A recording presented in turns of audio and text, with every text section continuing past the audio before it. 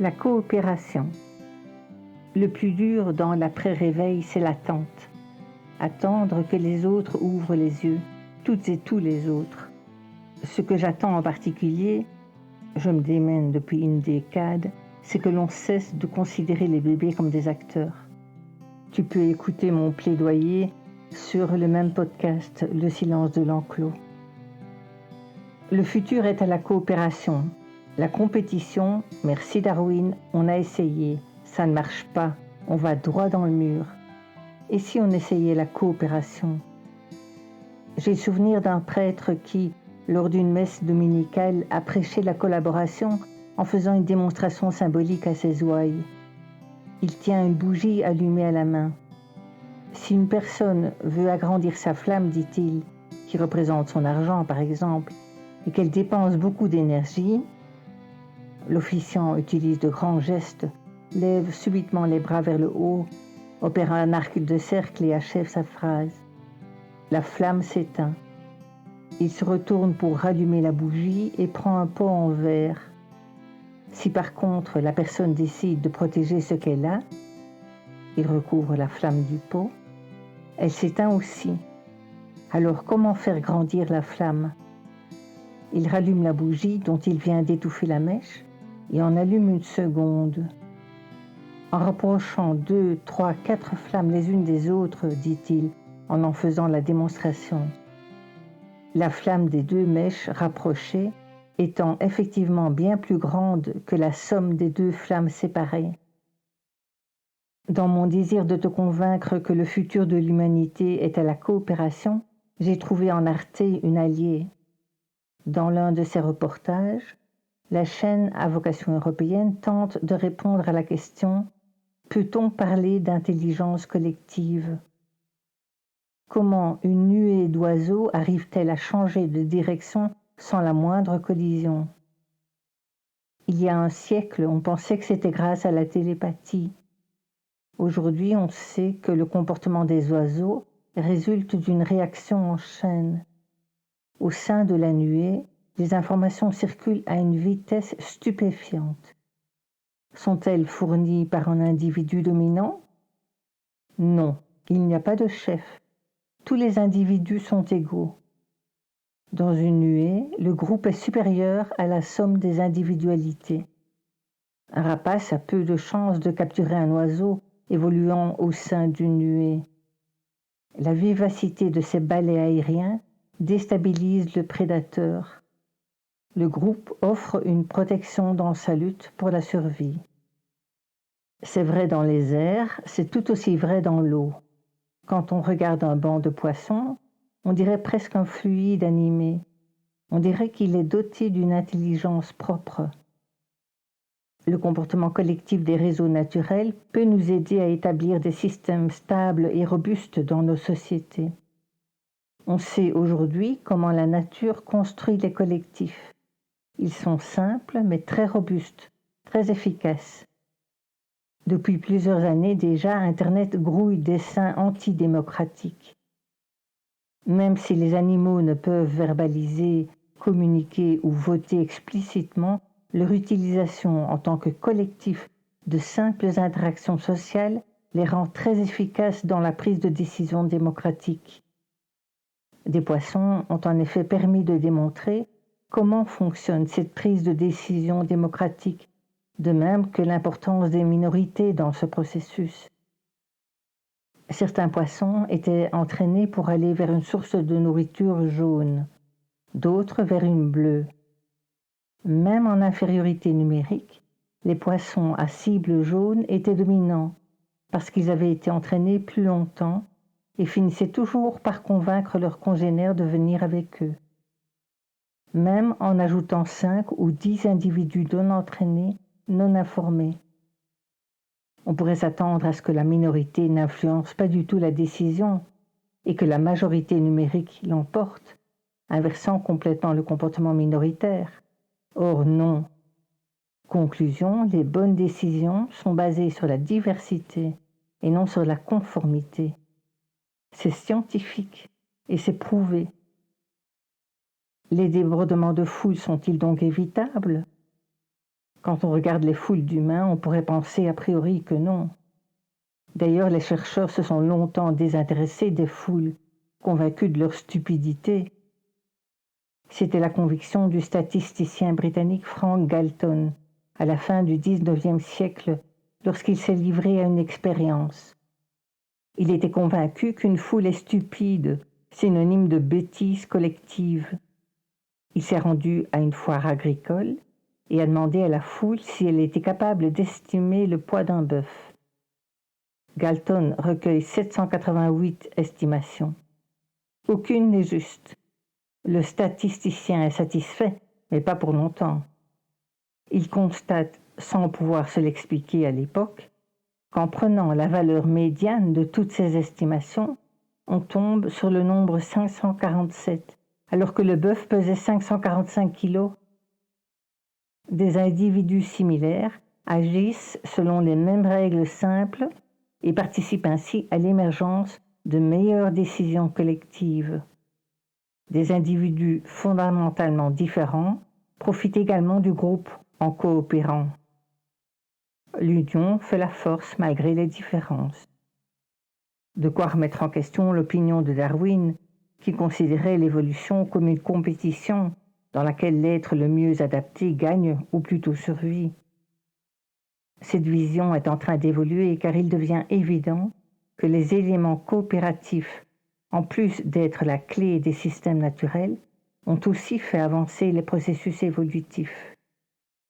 Les animaux et les plantes d'un écosystème sont fortement interconnectés. Le moindre changement affecte tout le monde. L'adaptation et la sélection opèrent principalement par la relation des espèces entre elles. Nous aussi sommes des êtres reliés aux autres. Alors pourquoi ne pas imaginer un monde où la compétition céderait la place à la coopération ? Depuis l'origine du monde, c'est la coopération qui a mené à la création. Comme en biologie, les cellules qui collaborent atteignent une taille plus grande. Tous les artistes, et dans ce vocable j'intègre les artisans, tous ceux qui créent quoi que ce soit, contribuent à cette coopération. Car la création, c'est de l'énergie positive. Toutes les voix, toutes les émotions se résument à la peur et à l'amour, à l'énergie négative et à l'énergie positive. On a perdu le lien avec tout, avec nous, le tout. C'est la perte du lien qui mène à la violence. Recréons du lien, pas uniquement virtuel. Le virtuel, c'est bien quand on ne peut franchir les distances autrement. Recréons le lien social, le tissu social. Reformons des communautés diversifiées, solidaires et unies. Car qui dit coopération, dit éradication des castes, suppression des classes, égalité entre tous les êtres vivants. Une nuit, j'ai fait un rêve. Mes filles et moi participions à l'initiative de ma cadette à un jeu permettant de gagner des centaines de milliers d'euros. On arrive dans une salle obscure, bondée d'ordinateurs. On s'installe à la place numérotée qui nous a été attribuée. Les initiés sont déjà en train de résoudre les énigmes, tandis que nous tentons encore de comprendre comment le jeu fonctionne. J'ai choisi le rôle à l'arrière-plan, manipuler des objets disposés sur une table censés nous servir d'indice. Nous avons 2 minutes 30 pour trouver la réponse. Une organisatrice vient à notre secours, me montre une farde qui contient des enveloppes et tout le matériel nécessaire pour résoudre chaque énigme. Je déploie le premier papier tandis qu'apparaît à l'écran plusieurs réponses possibles. Notre réponse, un lit. Chaque bonne réponse nous donne 5 000 €. Mais la première mauvaise réponse d'une personne dans la salle arrête le jeu. D'un coup, alors que nous avions pris le rythme et avions réussi à encoder 8 bonnes réponses, la lumière s'allume dans la salle. Quelqu'un s'est trompé.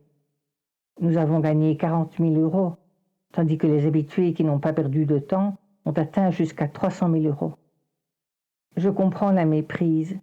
La dame n'était pas une organisatrice, mais une participante qui a sacrifié volontairement de son temps pour nous aider à gagner. parce que c'est dans son intérêt d'élever le niveau de richesse des autres. Je comprends ainsi pourquoi chacun et chacune a une vue directe sur l'écran des autres ordinateurs pour pouvoir copier leurs bonnes réponses. Toutes les informations existent, tout est à portée de clic.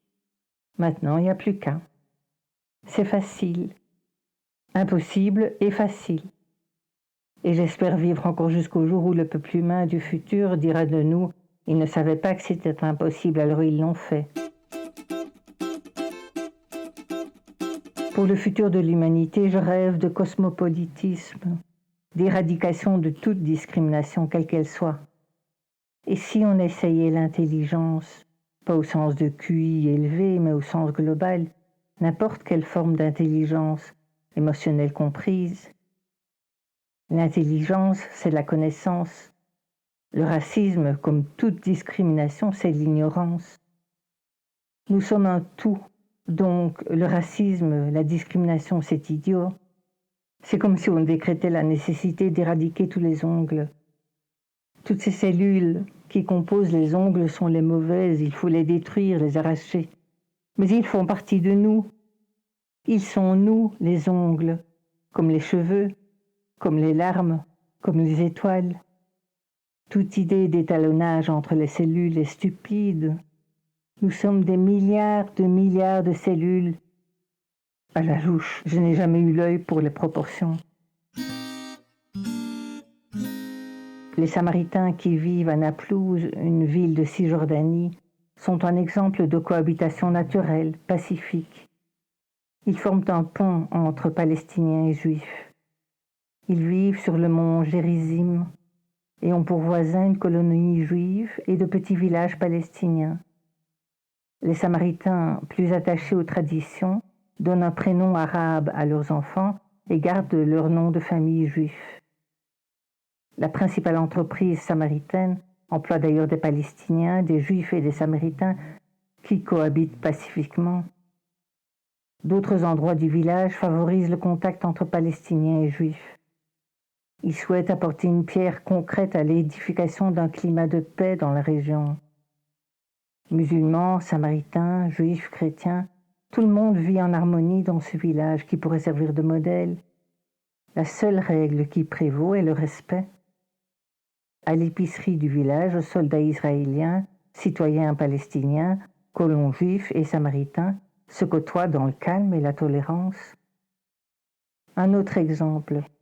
Une école forme les Bédouins d'Israël et les prépare à l'université pour renverser les clichés. Habituellement, le mot bédouin est associé d'emblée aux armes, à la drogue, au crime, aux problèmes. Ces jeunes veulent briser ce cliché. L'équipe des Étoiles du désert, composée essentiellement d'enseignants juifs, ambitionne de transmettre aux jeunes bédouins les codes de la société israélienne. Chaque semaine, les Étoiles du désert sillonnent le Negev pour mieux cerner le malaise de leur communauté, comme un village de 15 000 personnes non reconnues, qui n'ont aucun droit, même pas celui de construire. Le tiers des 300 000 Bédouins d'Israël vit dans des villages de tôle. Ces jeunes essaient d'améliorer la cohabitation entre Arabes et Juifs en Israël. Les filles ont aussi leur école, les Étoiles du désert, car la tradition bédouine accepte mal la mixité. Deux preuves que nous, tous, souhaitons vivre d'énergie positive, dans l'harmonie, la paix, l'amour. Nous devrions faire marche arrière, retrouver notre humanité, retourner aux professionnels, aux artisans, croire aux journalistes d'investigation plutôt qu'aux fake news, croire les médias indépendants plutôt que ceux gouvernés par une poignée de familles richissimes, prendre des taxis, même si j'ai conscience que les alternatives permettent à des sans-papiers de travailler, mais dans quelles conditions? Loger dans les enseignes officielles, retrouver notre libre arbitre, notre faculté de penser, retourner au groupe de réflexion citoyenne, sortir des réalités virtuelles, revenir dans la réalité. Ou pas. Je souhaitais planter une graine d'espérance dans ton cœur. Je m'étais donné pour mission de passer le flambeau. Voilà qui est fait. Je peux mourir en paix. J'ai passé le relais. Belle vie à toi. Et passe le message à ton voisin, n'oublie pas.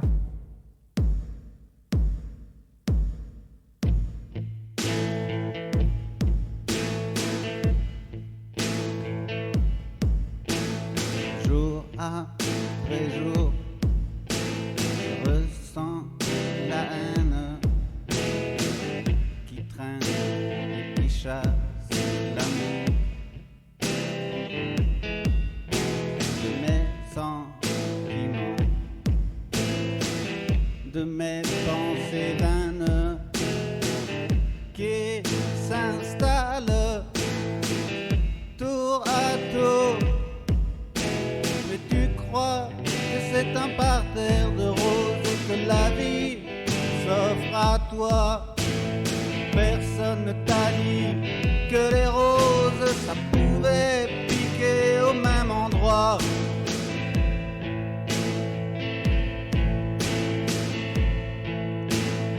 Oui, il y a les hommes et leur rengaine qui ne voient rien et qui sont sots, car au fond de leurs pensées obscènes, l'indignation tombe à court.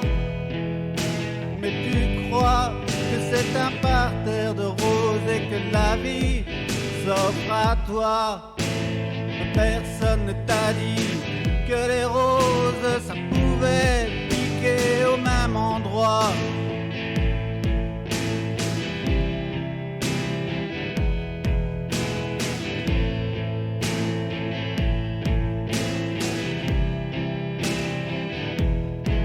Mais pourtant c'est tellement simple de jouir tranquillement du moment présent, sans détour, de partager et de vivre en riant ainsi que d'être soi-même tous les jours. Tu crois que c'est un parterre de roses et que la vie s'offre à toi. Personne ne t'a dit que les roses ça pouvait piquer au même endroit. Alors aussi, à force de tirer sur tes chaînes, n'oublie surtout jamais pas de penser à toi, car le superficiel que tu traînes ne t'offrira jamais, non jamais la joie. Si tu crois que c'est un parterre de roses et que la vie s'offre à toi, personne ne t'a dit que les roses ça pouvait piquer au même endroit. Non, toi tu crois que c'est un parterre de roses et que la vie s'offre à toi. Personne ne t'a dit que les roses ça pouvait piquer au même endroit. Pourtant y a toujours le jour au bout du tunnel,